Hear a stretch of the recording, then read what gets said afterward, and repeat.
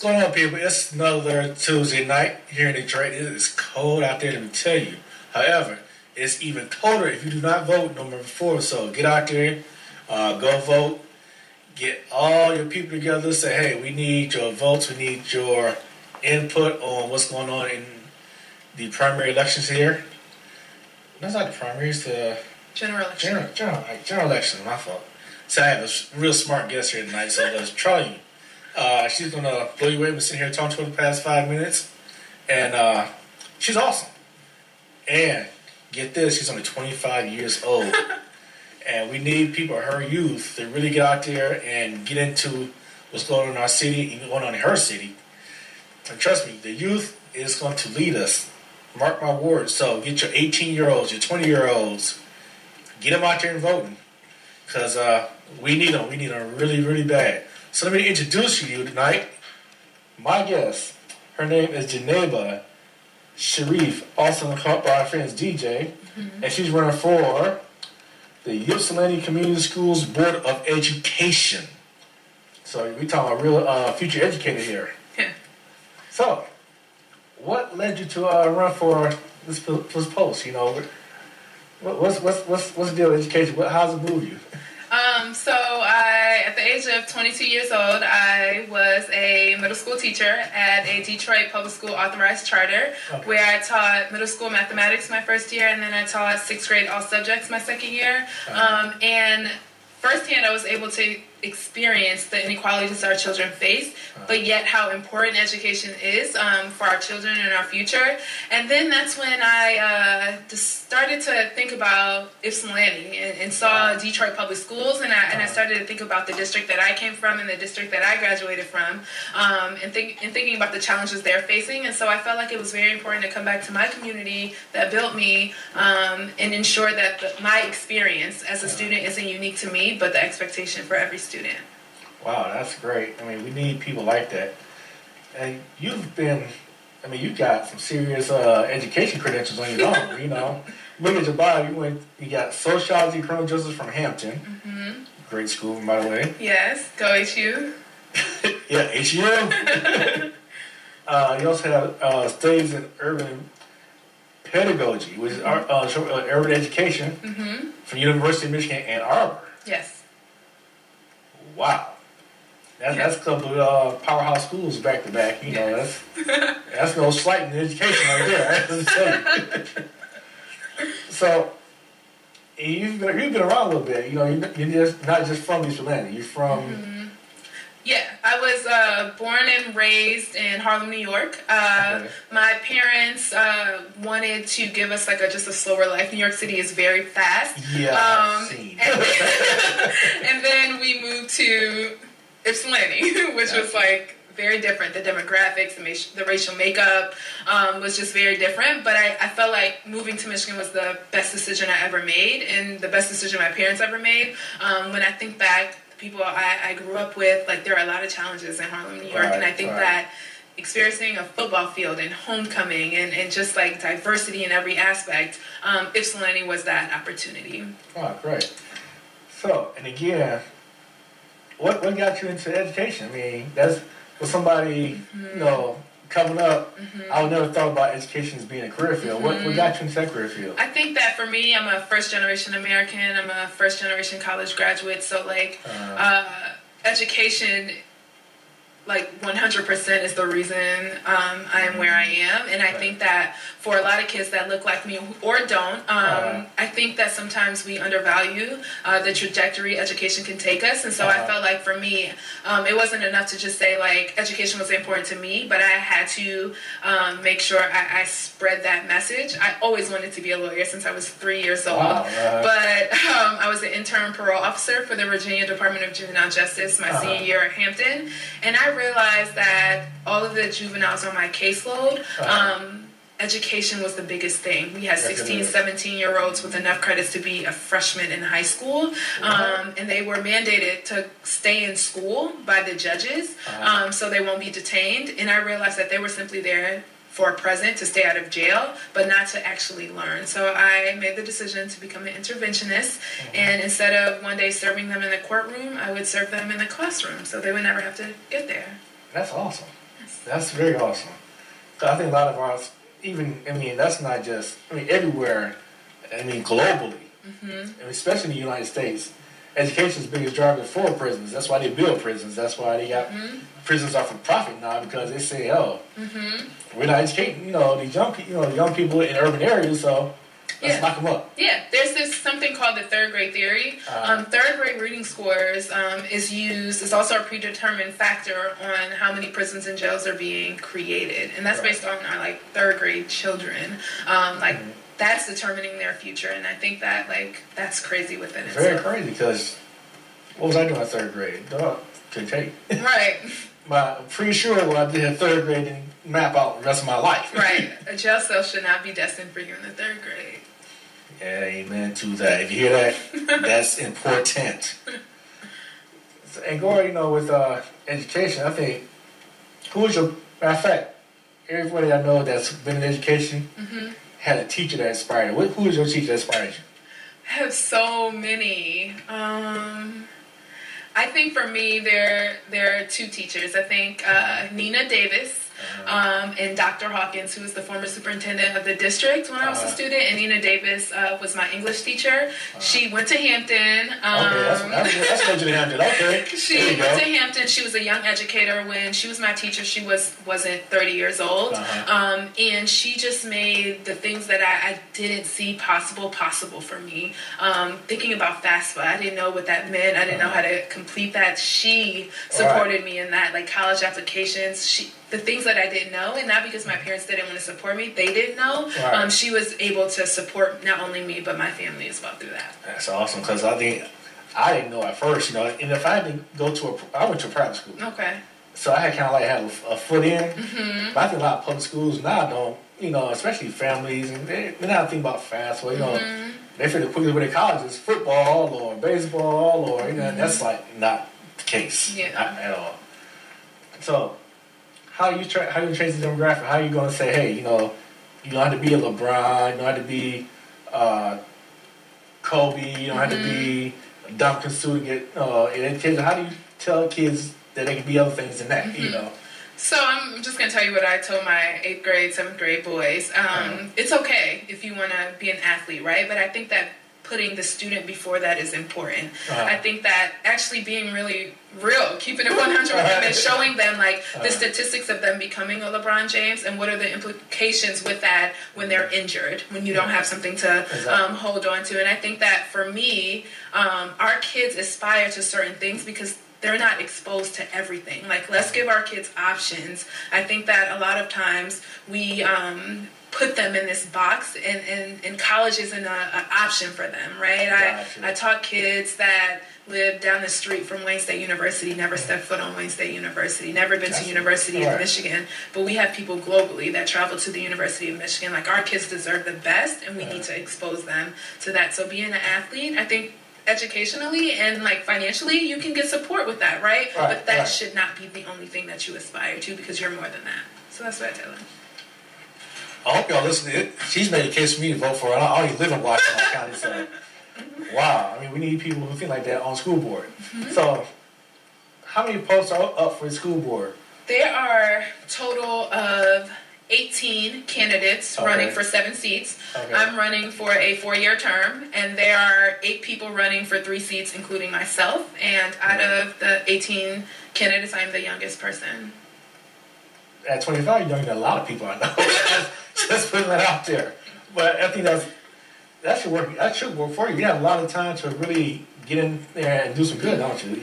Yeah, I think there's pros and cons to it. Some people may say she's young, she's representing her generation. I have classmates who have children in the system now. I don't have any children, but I have classmates who have children, right? And I think that for me in the future, I want my children to have the best educational option, especially as an educator. But the con may be I don't have the 15 to 20 years of professional experience, nor should that be an expectation. I'm 25 years old.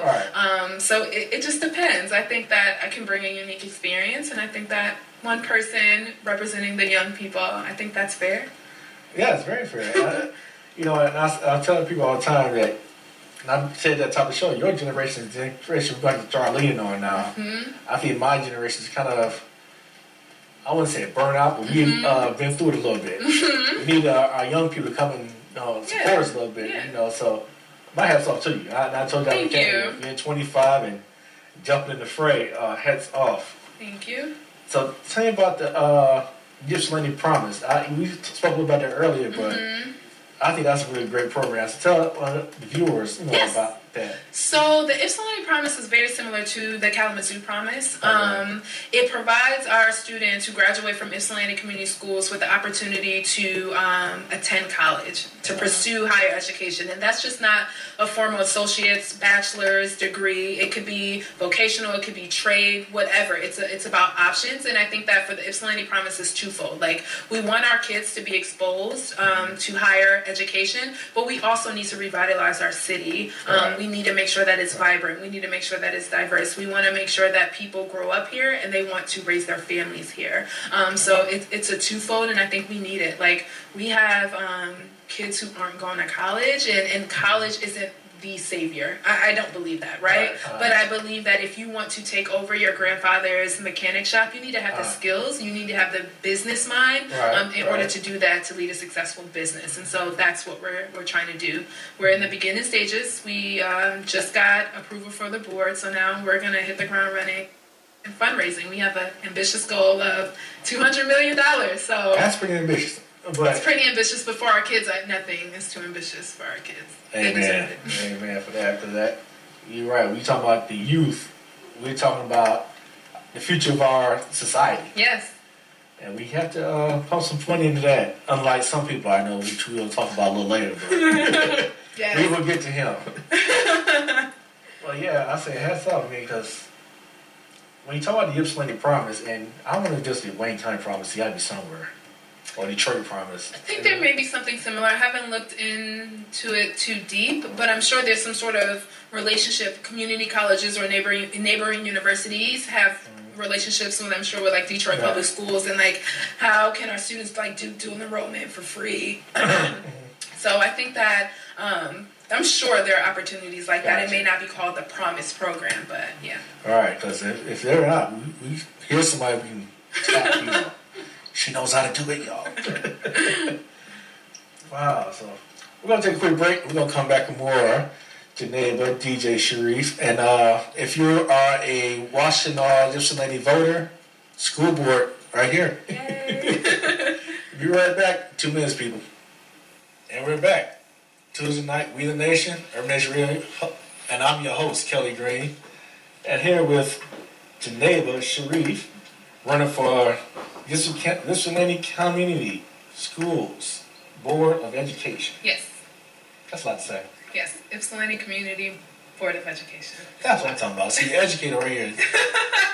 Also, I got a special announcement for everybody, so hold on tight. Go get a pen and paper, or if you're watching this on your laptops, open up your Windows.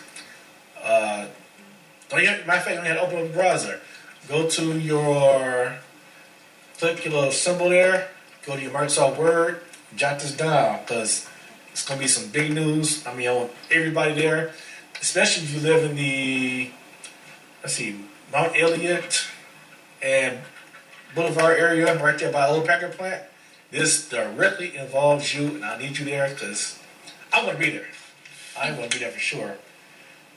You don't have to be there, you're going to be busy. Hopefully you'll be on school board. So hopefully.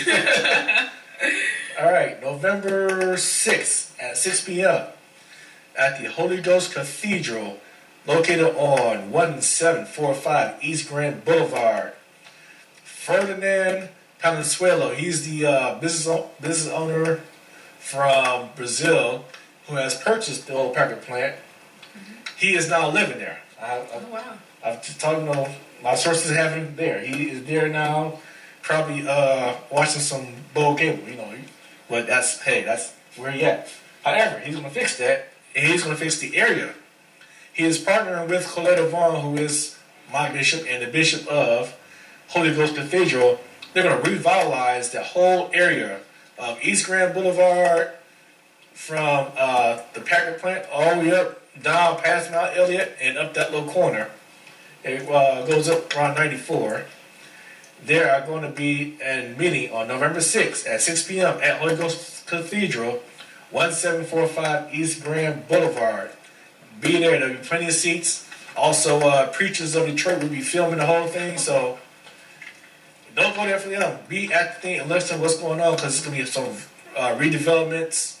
It's going to be a lot of investment going on there, so I'm excited. I hope you're excited. I'm excited talking about it because I'm going to be there. I might have brought some property there, so get on. Just saying. Just saying. But what I really want to say now is talk about Ms. Cherif here. And we thought, you know, we talked about a little bit earlier about your thoughts. What are your immediate thoughts on education? I think that we have to support our teachers. We have to give values to our teachers. I think that sometimes it's so easy to forget that our teachers are the individuals who are at the front lines. Yes, they see our yes. children every day, day in, day out, good day, bad day, and I think that we have to support our parents. Our parents send us their very best, right? Sometimes Right. we might not think, but our parents are sending us their very best, and that's their children. And I think one thing that I learned about being a teacher and a young teacher was that no matter the obstacles the parents faced, every parent, I truly believe every parent, no matter their decisions, want Right. the best for their child. Right. They may not know, but I think they can get support. I think that we have to give our kids what they need. We fail our kids and then we blame our kids. And I think that's extremely inappropriate. Oh, yeah. And Yes. it's an act of being a hypocrite. So I think that supporting our teachers, supporting our families, and having our communities invested. When you have a strong community, you have a strong school district. When you don't have a strong community, the district is chaotic. There's high crime. There's so much going on when our people aren't getting educated. Sounds like Detroit. It sounds exactly like Detroit. That sounds exactly like everywhere I've been all day. It's tough. And for you to be 25 and see that and already want to do something about it, that's saying a lot. So don't judge this girl on her lack of years. Because trust me, I've seen a lot of people, say, hey, because somebody will tell you that. What do you tell people that says, you're young and not experienced? What do you tell them? I think that for my age, I'm experienced. I think that to be 25 years old, I'm representing my generation, and that doesn't mean I need 20 years of experience. That just means I need to be humble, and that means that I need to just put my stake in the ground and be like unapologetic about what I stand for. Right. Because I'm telling people, this age range right here, this generation, we need them like right now. I mean, 'cause we have people who are my age, and I'm not gonna say how old I am, but my age and older, who are just kind of like letting things roll as they are, and we can already see in our neighborhoods that letting things roll as they are is not the way to go. Right. They are rolling in a bad way.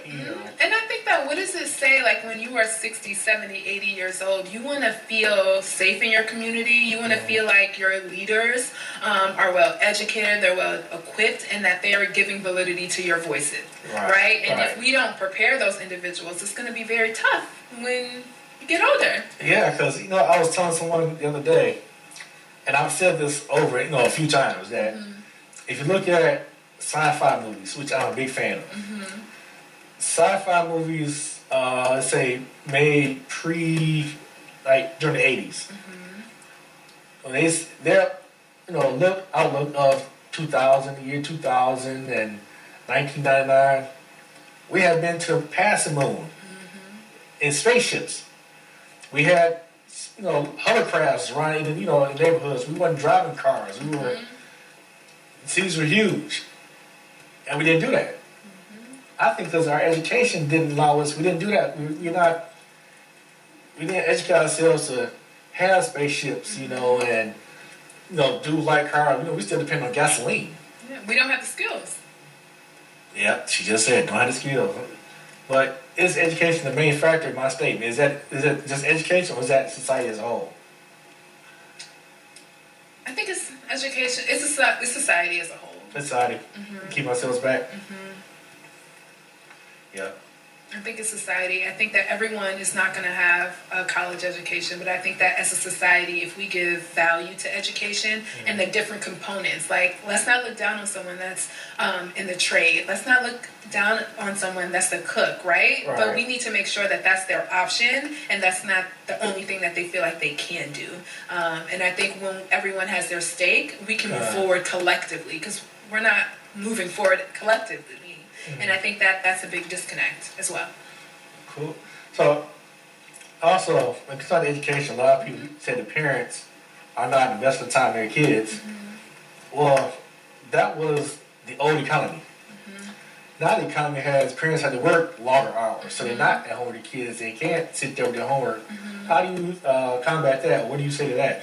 I think that like sometimes we underestimate the experience our parents had in school, right? If a parent had a traumatic experience in school, they're not really clear on what their child's experience is going to look like, right? So when the teacher is calling their house every single day, they're like, oh, when I was 15, when I was 14, when I was 10, the teacher was always calling my parent to say something negative, right? Or that parent may not have finished school, so they are actually feeling like isolated and don't feel like education was the best for them, right? Because they weren't able to maximize on that, right? So I think that we need to build relationships with our parents to figure out, like, what would it look like for a parent to say, like, I know this is an area of growth for my child. Can we work together? I don't have all the answers, but working together, we can build those answers. But sometimes we look down on parents. We judge parents. We have biases.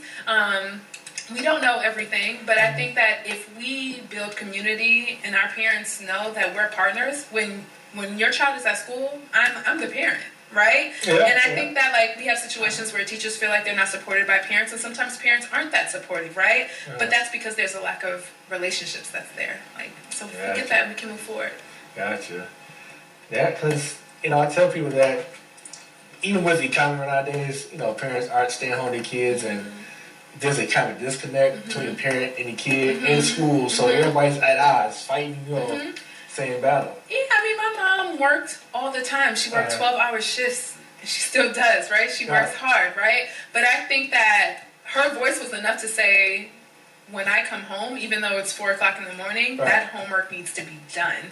So if that meant, even though she couldn't help me because she was at work, she invested in a tutor to support me, right? She wanted me to stay after school, and my brothers and I, to stay after school, to get the tutoring, to get the support, to get the extracurriculars. And she wasn't directly there because she had to support her family, but she ensured that I had the resources that I needed to do it.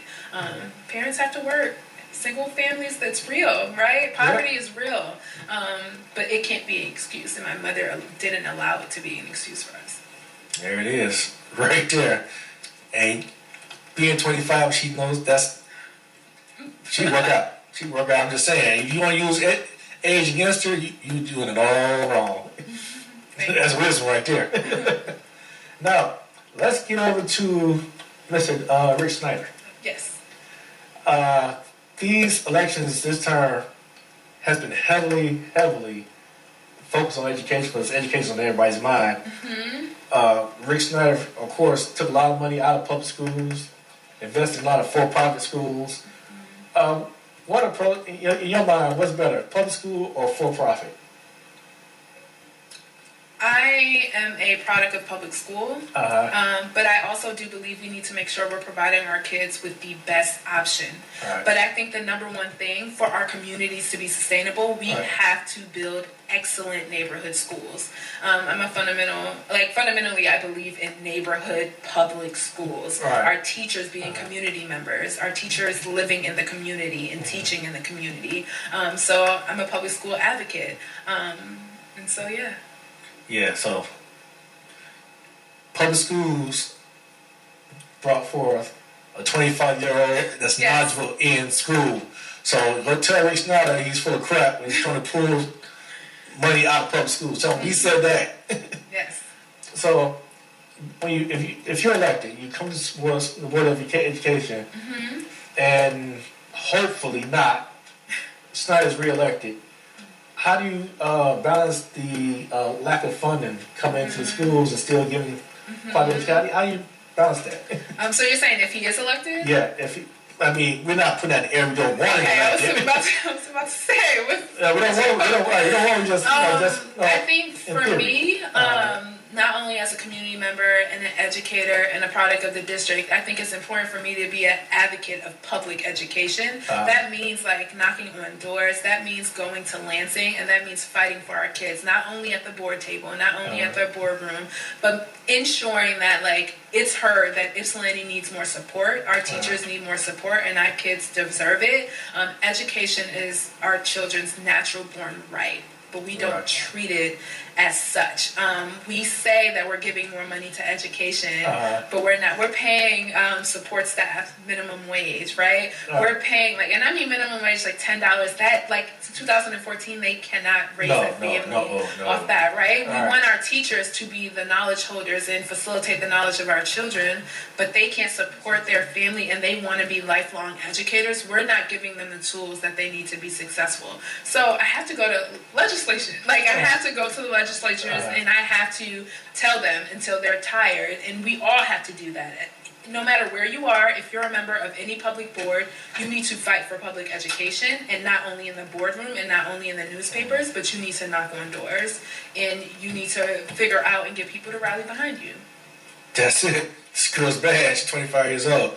We're going to take a quick break. We'll come up with more Djeneba Cherif, and we talk more education.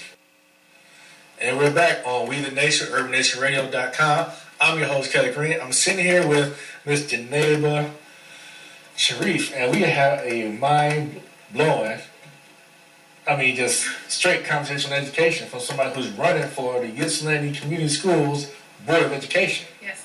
I'm sitting here, I just had this my first time meeting you, other than the phone call. And, right. And I'm sitting here just, for a person 25 years old. Yes. I know what I was doing when I was 25. I don't even think about education. I don't think everything other than education.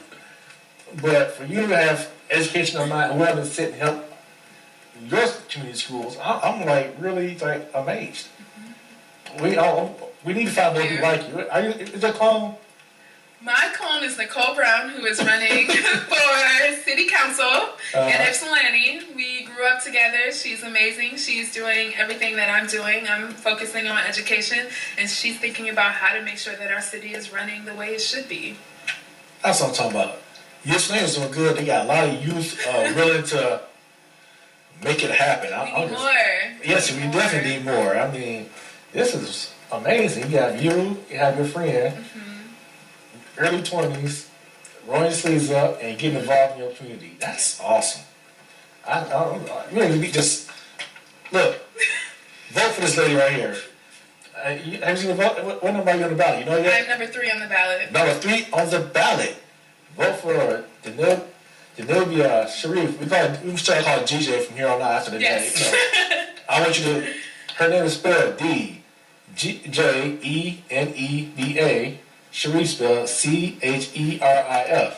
So, see that name, punch it. I think punching this time. So we're gonna punch it. Vote for her if you're in Washington County. Vote for this young lady because at her age, and she's this knowledgeable about education, she can take you guys forward. Hope so. Hope so. I With the help, so. I need help, right? I'm young, but I need help. I think that I bring one unique perspective, but I think collectively, I cannot do anything by myself, and I'm a product of a community, and so it's going to take the community, not just the board members, our teachers, our community organizers, our nonprofit organizations, in order to move it forward. And she's humble. Can't beat that. It's important. It's important. Very important. So, if elected, what are you planning? First thing on champion Rocky Gate. It's going to be your first drumhead. What's going on? This might sound crazy, but I literally want to introduce myself to every student, right? What does it look like for me to really walk the halls and see students that walk the same halls, that sat in the same seats, and tell them why I ran, tell them what I hope to do, how to serve them and their families and their communities and our community? I think that I shouldn't be someone that's just a board member, right? I need to be a partner, and I need to collaborate with students and families. I think that's the most important thing. When I was a student, I was on the board, and I represented kids. And even as an adult board member, I want to represent kids, I want to represent families, but I am a young candidate, and so I'm about being civically engaged. I'm about our kids understanding like the options that they have and the social injustices that they will face. So I just want to see kids and tell them like, I'm here for you. That's awesome. Why don't we get like senators like that, mayors, and that's just you they should both you. I mean, just that thought. See, you gotta embrace the kids and show your face. I know I can tell you on one hand. Now, if I was going to tell you on one hand, I can't remember when I've seen board members from any school that I've been in. Either at school, you hear about, well, this somebody's on school board. Okay. Or this person's on school board. Okay. But you never see the face. You see a face maybe somewhere, a picture somewhere, but you never heard that person talk.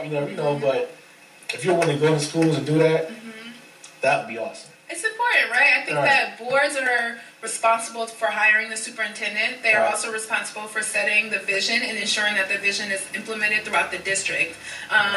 Reports and data can do that for us too, right? But what does it look like in the flesh to walk through the schools and see a culture of success, a culture of community, a safe environment? Like, that's what we create our vision for, to see that. But like, what does it mean if we don't even know what that looks like? If I go in and it looks crazy, we need to go back to the drawing board. Like, something is missing. Like, kids don't feel safe, teachers don't feel safe, achievement and learning is not occurring. Like, let's fix it. Like, I have to see it.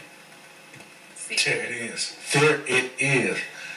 You have to see it. Yep. And I think that's what's been missing in Detroit for a lot of years. For a lot of school boards, they went to school board meetings, hammered out a lot of stuff, or not hammered out anything, and then we went to the schools. And I think if they had went to the schools earlier, they would have fixed a lot of problems, and a lot of things that you just said would never came to pass. Right. That's all. Hats off to you. So, you plan on going to schools. What's next after that? After you go to school, say, here I am, you're going to fix stuff. Do you think you'll be opposition to someone, a go-getter like you, just want to run into the fray? You think somebody say, hey, can't do that. Can't do that. Are you... I'm sure, like, there's always people to tell you what you can't do, right? But I think that I'm a person that, like, I operate with a sense of integrity and a sense of purpose, right? So when there's an opposition, you need to explain to me, like, where your perspective is important, right? I don't know everything. Tell me what you think I'm doing wrong or what I'm doing right, and your thoughts, because we can only be powerful moving together. And there's some people that, quite frankly, like, their thoughts, they're outdated, and quite frankly, like, they don't have sometimes, like, we all love kids, like they're children, right? But sometimes we make decisions that aren't best for kids, and we don't think about the long-term effects that it has. When we make a decision that can ruin 1 year of education, that has long-term impacts, right? And we need to be held accountable. I think that even as a teacher, for me, I think that for you to fail a child, and thinking about like the third grade theory, when you fail a child, you have the potential to ruin and end their lives before it even begins. Like, you have that much power in your hands as an educator, whether you're a teacher, whether you're a principal, whether you're a board member. Make sure that you are making decisions that you would make for your own children, right? If you walk through a school and that's not a school that you would send your children, you're not doing enough, and you're failing kids. It's a problem. Yeah, it is. I think they failed a whole lot of kids right here in Detroit. And where were you at years ago when Detroit needed you? We could have made a deal. I was trying to get a college degree so I can have some credentials. We could have made a deal or something, got you over here. Like, hey, I know this girl. She's smart. Trying to get a college degree. I heard that. So a lot of what's done on school boards was on a I wouldn't say nickel and dime, but it's been nickel and dime. Especially in Detroit, everything's a dollar and cents type of deal. Do you want to buy new school books at $60 a book, or don't purchase used books at $25? What would be how would you approach that problem? Yeah, I think for me, it's important to note that Ypsilanti Community Schools merged. It was actually called Ypsilanti Public Schools, but Ypsilanti Community Schools merged with Ypsilanti Public Schools and Willow Run Community Schools. And we consolidated because of the financial situation. We were millions of dollars in debt. Right? So in order to make sure that, an emergency manager or someone didn't take over the district, similar to what's happening in Detroit Public Schools, Right. we consolidated to save our schools, right? So getting having a balanced budget is very important. But I think that we also have to step back and think about two things. In order to produce greatness, you have to invest, right? Correct. You can't spend a dime on a book and expect a miracle. Right? Like, especially when there are $60 books out there. There's a reason why this book is 10 cents and this book is $60. What this could potentially do for someone is going to be quite different from the nickel and dime, right? The nickels and dimes. And I think that spending and cutting is a cycle, because this is what typically happens in a neighborhood school. You are in a financial crisis. Correct. You're going to lay off teachers in a public school, which are 9 times out of 10 community teachers. And I'm going to use myself as an example. Okay. We're in a financial deficit, and you cut my favorite teacher, Nina Davis. You cut her, and she's no longer a teacher. My mom is going to go crazy. Yeah. Right? And you cut her based off enrollment, because each student costs a certain amount of money, right, per pupil. You cut her because there weren't enough students. My mom is then going to take me out of that district, whether I go to a charter school or go to another public school that has school of choice. So then you now lost more money. So now you got to cut another teacher. And when you cut another teacher, you don't know which teacher you're cutting or which community member you're cutting. Her nieces and nephews, her cousin may take the nieces and nephews out of the school because you cut their teacher, their favorite teacher. It's a cycle. It's always going to be a cycle. Once you decide to cut, you decide to cut the curriculum. Students aren't achieving. And when students aren't achieving, parents they send their kids to school to learn.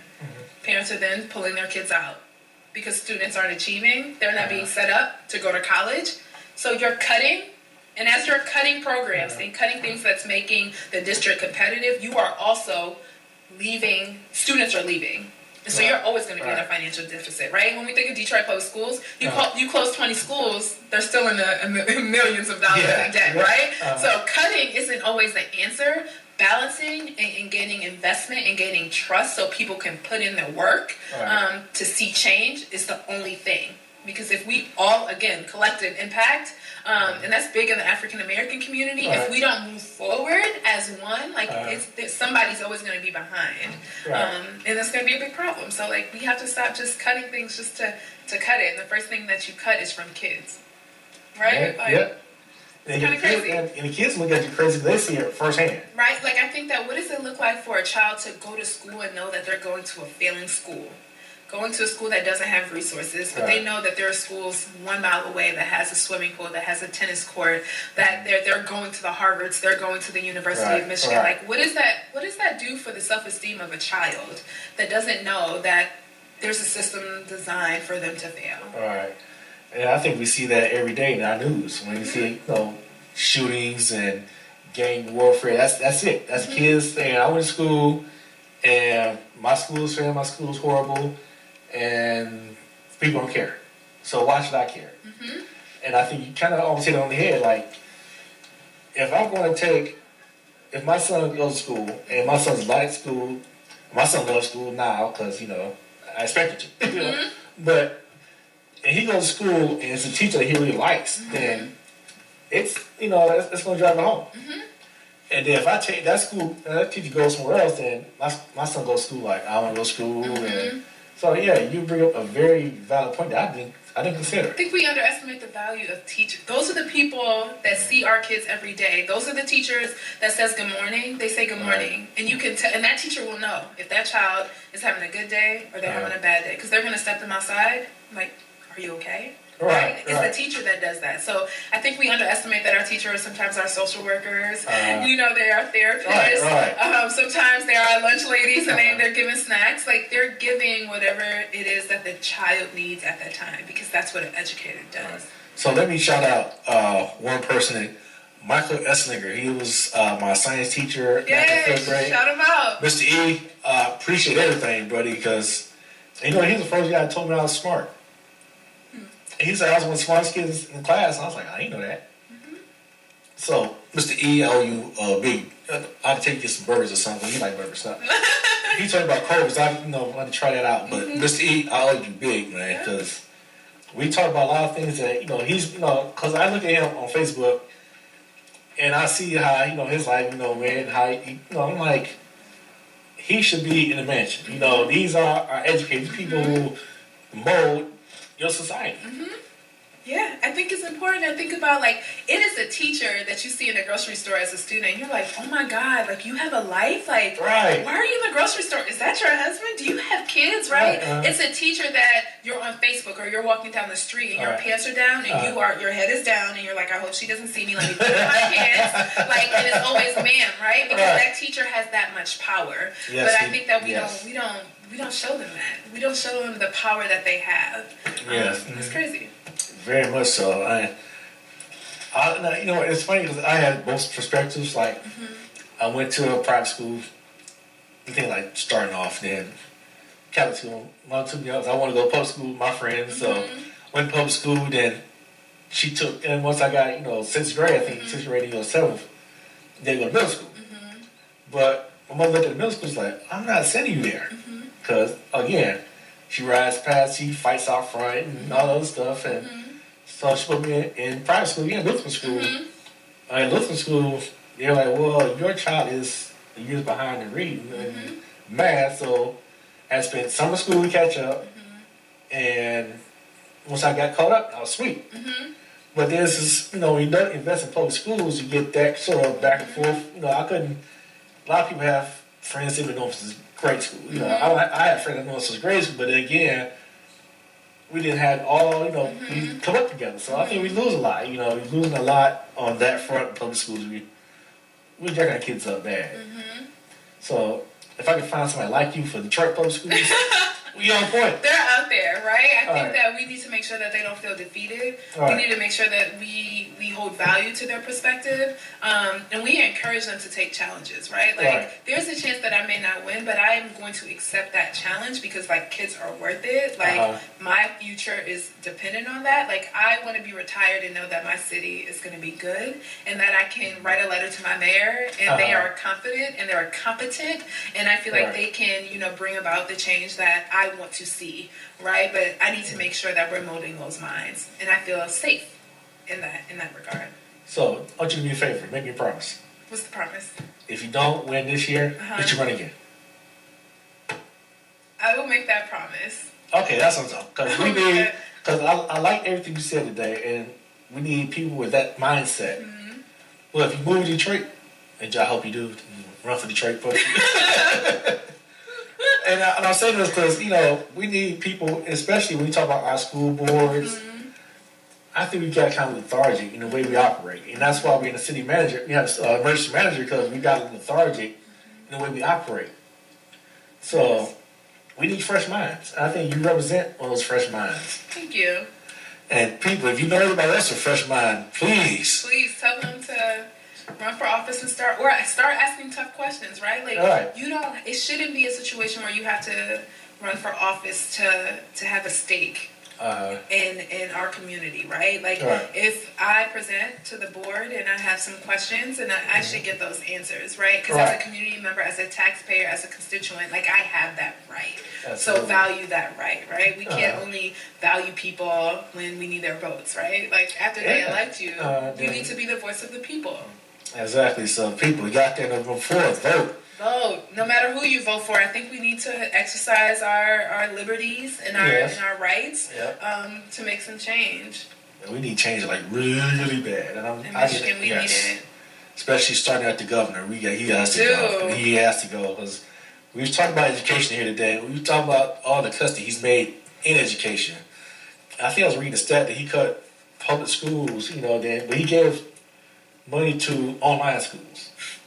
Because it's something that they're trying out. It hasn't been proven to work, right? I've seen a commercial like, $1 billion was given to education. Okay, well, when you think about the cuts that are being made, when you think about retirement, and districts are paying 35 cents per dollar for retirement, what are you leaving to the student? If there's, that's been chunk of pie. Well, what are you leaving? But our teachers need to be protected. They've served.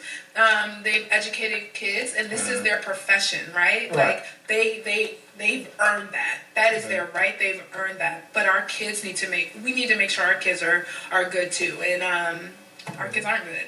No, they're not. Because I was just, and I just thought about that when you said want to walk in schools and look.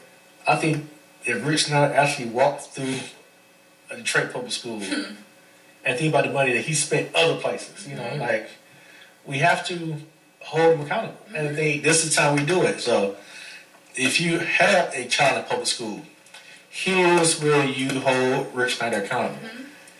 And vote him out. Vote for a shower. I'm going to vote for shower myself. My son's in public school, and I want him educated to the best of his ability. To the best of his ability. So, being on the school board, do you already have like a plan in place that, that you're going to just, I know you say you're going to walk to any schools, but do you have like a sheet of paper, saying I'm going to A, checklist and... So, like, my 3 priorities is that culture is important. When I think about culture, we need to make sure the culture we're setting for the district, everyone has a place in it. Everyone's voices is implemented. Everyone has to feel safe. Everyone has to wear the Y on their chest. Because if I'm wearing the Y and this person isn't, this person likes it, this person, we're going in different directions. And we're not moving forward for kids. So we have to make sure the culture is safe. We need to make sure that teachers don't feel afraid to use their voice and to express their concerns. We need to make sure that we're creating an environment where when a teacher needs to improve, like a principal or administrator can say, like, we need to make sure we're pushing in this direction for kids. It's not personal, but it's for kids. Like, if every decision that I make and everything that I stand for, it's rooted in kids, and if it's not, someone needs to check me, or I don't need to be at the table at all. That's what I'm talking about. Djeneba. Okay. I've been jacking your name a whole show. Like, hey, she's gracious. You can just say TJ. It's okay. But we want people to go out and vote for the right person. I don't want somebody to see like 3 DJs there. Who is it? There's only one. Djeneba Cherif for Ypsilanti Community Schools Board of Education. Yes. Vote for this young girl because she has it going on. I mean, I sit here listening to her she's throwing out, and she's convinced me I don't live in Ypsilanti. But I got family in Ypsilanti, so I'm going to tell her. I'm going to call and tell her, like, hey, she is awesome. Thanks for coming on the show. Thank you so much. I so appreciate it. I mean, you've really liked me on education. I thought of everything, but I don't know nothing. Also, think about November 6th. First of all, November 4th, go out and vote. November 6th, Holy Road Cathedral, 1745 East Grand Boulevard. Get involved. Ferdinand Ponce going to involve his plan for the whole East Grand Boulevard section right there. Go out and vote for Djeneba. She's awesome. I can definitely say she's awesome. I'm going to keep in touch. I'm going to see if she wins, and I'll let you guys know. And also, next week, Tuesday, we're going to have another candidate from the Ypsilanti, Washington area. And tune in to find out who she is. Till then, see you next week, everybody.